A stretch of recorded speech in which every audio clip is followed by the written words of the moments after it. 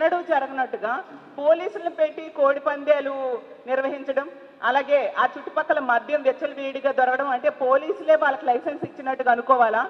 ఇంత దారుణమైన పరిస్థితులు నెలకొంటే ఇలాంటి పనులు చేసే వాళ్ళకి భయం ఎక్కడుంటుంది? ఇప్పుడు మద్యం అలాగే గంజాయి వెచ్చలవిడిగా దొరకడమే కాకుండా కొత్తగా కొకైన్ దొరికింది గుంటూరులో. అంటే సాక్షాత్తు ముఖ్యమంత్రి గారి నివాసం ఉంటున్న జిల్లాలో కొకైన్ దొరికింది అంటే ఎటువైపు మన ఆంధ్రప్రదేశ్ రాష్ట్రం వెళ్తూ ఉంది?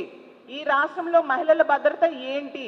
మహిళల ప్రాణాలు గాల్లో దీపాలు అయిపోయాయి. మహిళల మానాలు రక్షణ లేని పరిస్థితి, మహిళల మానాలకి రక్షణ లేని పరిస్థితి ఈ రాష్ట్రంలో నెలకొని ఉంది అనేది క్లియర్గా అర్థమవుతుంది. ఈ రాష్ట్రంలో ఉన్న పోలీసుల్ని పోనీ వాళ్ళనైనా మహిళల రక్షణ కోసమో ప్రజల రక్షణ కోసమో ఉపయోగిస్తారంటే అది లేదు. ఎంతసేపు కూడా రెడ్ బుక్ రాజ్యాంగం ఎలా అమలు చేయాలి, ప్రతిపక్ష పార్టీ వాళ్ళకి కక్ష సాధింపులు ఏ విధంగా చేయాలి అన్నదానికే పోలీసుల్ని ఉపయోగిస్తూ ఉండే పరిస్థితి. ఎంత ఘోరం అంటే లోకేష్ గారు దావూస్ వెళ్ళారు, అక్కడ కూడా ఈ రెడ్ బుక్ గురించి మాట్లాడుతూ ఉన్నారు. అంటే రెడ్ బుక్ అనేది ఏమైనా మహిళలకు రక్షణ సంబంధించిన అంశమా? మహిళల రక్షణ కోసం ఎటువంటి చర్యలు తీసుకోలేదు సరికదా. మళ్ళీ ఎంతసేపు కూడా ఏదో మహిళలకి రక్షణ ఇచ్చేస్తున్నట్టుగా హోమ్ మినిస్టర్ గారు స్టేట్మెంట్స్ ఇస్తూ ఉన్నారు. స్టేట్మెంట్స్ ఎవరికి కావాలి? నిత్యం ఇన్ని సంఘటనలు. హోమ్ మినిస్టర్ గారు పక్క నియోజకవర్గం తీసుకుంటే యలమంచిలిలో ఏటికొప్పాకలో మొన్ననే చూసాము. 4 సంవత్సరాల చిన్నారి 4 ఏళ్ల బాలిక మీద లైంగిక దాడి జరిగింది. ఎంత దారుణం! ఏమైనా స్పందించారా హోమ్ మినిస్టర్ గారు అని నేను అడుగుతూ ఉన్నాను. 4 ఏళ్ల చిన్నారి మీద లైంగిక దాడి జరిగితే మీరేమైనా స్పందించారా? వాళ్ళ కుటుంబానికి ఒక భరోసా ఇవ్వడం కానీ, ధైర్యం చెప్పడం కానీ, ఒక ఆర్థిక సాయం చేయడం కానీ ఏమైనా చేశారా? మీ పక్క నియోజకవర్గమైన యలమంచిల్లో గతంలో రాంబెల్లిలో దర్శిని అనే అమ్మాయికి సురేష్ అనే వ్యక్తి ఇంటికి వెళ్ళి కత్తితో పొడిచి చంపేశాడు. ఆ కుటుంబానికి ఇప్పటికి ఎన్ని నెలలు అయిపోయింది? ఆ సంఘటన జరిగి ఇంచుమించు 6 నెలల పైగా అయ్యింది. ఇన్ని నెలలైనా మీరు పక్క నియోజకవర్గమే ఒక 100-200 సార్లు ఆ పక్క నుంచి తిరుగుతూ ఉంటారు కదా. ఆ కుటుంబానికి ఏమైనా మీరు వెళ్ళి ధైర్యం చెప్పడం కానీ, ఆర్థిక సహాయం కానీ చేశారా? ఈ రాష్ట్రంలో మీరు తీసుకుంటే ఇన్ని సంఘటనలు జరుగుతూ ఉన్నాయి. ఏ సంఘటన కూడా ప్రభుత్వం పట్టించుకున్న దాఖలాలు లేవు.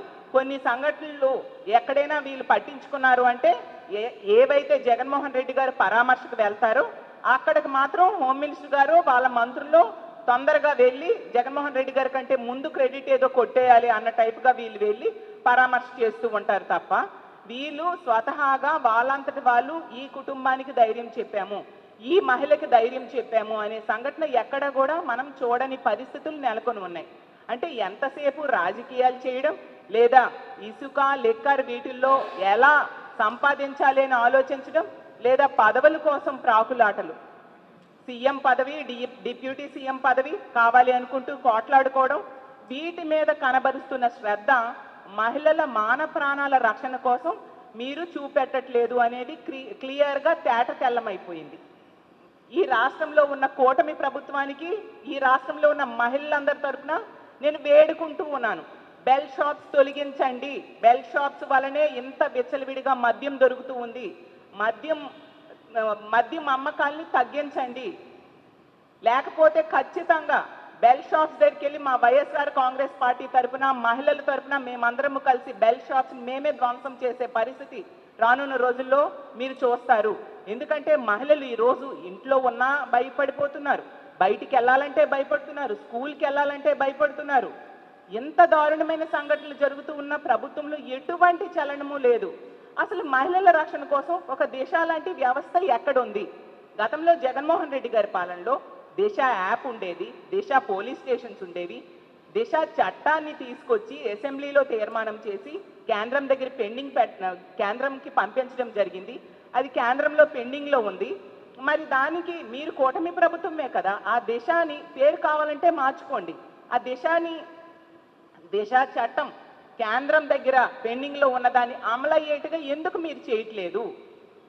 దిశ యాప్ అసలు జగన్మోహన్ రెడ్డి గారి ప్రభుత్వంలో ప్రతి మహిళ కూడా, అంటే 1,30,00,000 మంది మహిళలు దిశ యాప్ డౌన్లోడ్ చేసుకున్నారు. ఆ దిశ యాప్ ఉండడం వలన ఎంతో ధైర్యంగా ఫీల్ అయ్యేవారు. ఆ రోజుల్లో దిశ యాప్లో SOS బటన్ కనుక నొక్కితే కేవలం 10-15 నిమిషాల్లోనే పోలీసులు వచ్చి రక్షణ కల్పించేవారు. మరి ఇప్పుడు ఏదైనా మహిళకి ఇలాంటి కష్టం వస్తే ఏ వ్యవస్థని వాళ్ళు కాల్ చేస్తే మహిళలకి రక్షణ దొరుకుతుంది? మీరే చెప్పండి. ఎంత నిర్లక్ష్యంగా మహిళల భద్రత కోసం మీరు వ్యవహరించడం నిజంగా దారుణం. ఖచ్చితంగా దీని మీద చర్యలు తీసుకోవాల్సిన అవసరం ఉంది. ఇన్ని వరుస సంఘటనలు జరుగుతున్నాయి. హోమ్ మినిస్టర్ గారు నివాసం ఉంటున్న జిల్లా, హోమ్ మినిస్టర్ గారు సొంత జిల్లాలో, ముఖ్యమంత్రి గారి సొంత జిల్లాలో జరుగుతూ ఉన్నాయి. అలాగే డిప్యూటీ సీఎం గారి సొంత నియోజకవర్గంలో జరుగుతున్నాయి. ప్రతి జిల్లాలో జరుగుతూ ఉన్నా కూడా ఎటువంటి చలనం కూడా ఈ ప్రభుత్వానికి కనిపించటం లేదు. ఎటువంటి చలనం లేని పరిస్థితి మనం చూస్తూ ఉన్నాం. కాబట్టి ఎప్పటికైనా కళ్ళు తెరిచి మహిళల రక్షణ మీద దృష్టి పెట్టాల్సిందిగా కోరుతూ ఉన్నాను.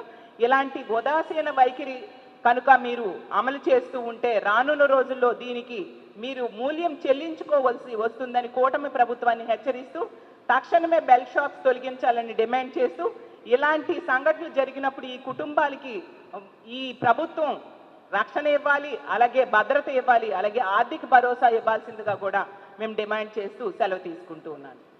ఈరోజు జరిగిన సంఘటనని ఏమైనా మీరు పరామర్శించారండి?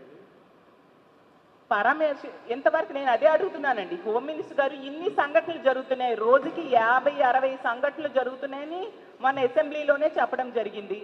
అంటే గంటకు 2-3 సంఘటనలు మహిళల మీద దాడులు కానీ, అత్యాచారాలు కానీ, హత్యలు కానీ జరుగుతున్నాయి. అసలు మా పార్టీ నుంచి చాలా సంఘటనలకు మేము వెళ్తూ ఉన్నామండి. మేము వెళ్ళిన